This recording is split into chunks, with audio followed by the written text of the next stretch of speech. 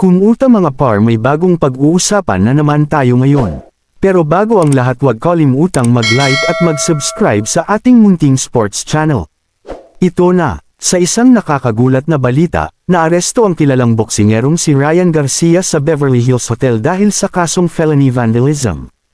Kilala si Garcia sa kanyang bilis at lakas sa ring, ngunit tila hindi lamang sa loob ng ring lumalabas ang kanyang emosyon.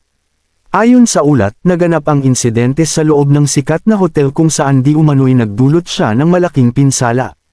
Ang pagkakaaresto ni Garcia ay nagdulot ng malaking kontrobersya at tanong sa kanyang mga fans at sa boxing community. Paano ito makakaapekto sa kanyang karera? Ano ang magiging susunod na hakbang para sa batang boksingero na itinuturing na isa sa mga brightest prospects ng sport? Ang insidente na ito ay maaaring magdala ng malalim na epekto sa kanyang reputasyon at future fights. Mahalaga na makita natin kung paano haharapin ni Garcia ang sitwasyon na ito at kung ano ang magiging resulta ng mga legal na proseso laban sa kanya.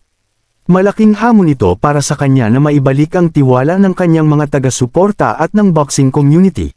Sa kabilang banda naman mga par, matapos ang ilang buwan ng espekulasyon, mukhang seryosong pinag-iisipan na ni Manny Pacquiao ang pagbalik sa ring upang labanan si Mario Barrios para sa WBC 147 pounds belt.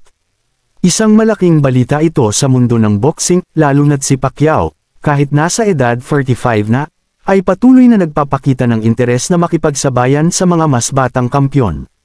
Si Mario Barrios, na kilala sa kanyang lakas at tibay, ay magiging malaking hamon para kay Pacquiao.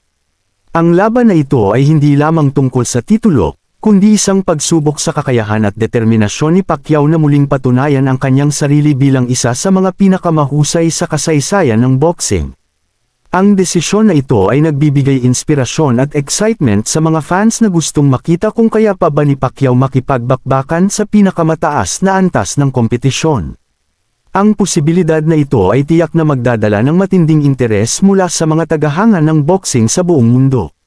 Habang naghihintay ang lahat sa opisyal na anunsyo, malinaw na ang mundo ng boxing ay muling nabuhay sa pag-asang makita ang isang alamat na muling pumasok sa ring.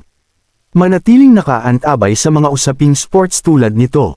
And as always, ito si Sir Jason na nagsasabing kumabatiug abantilang tapirmi.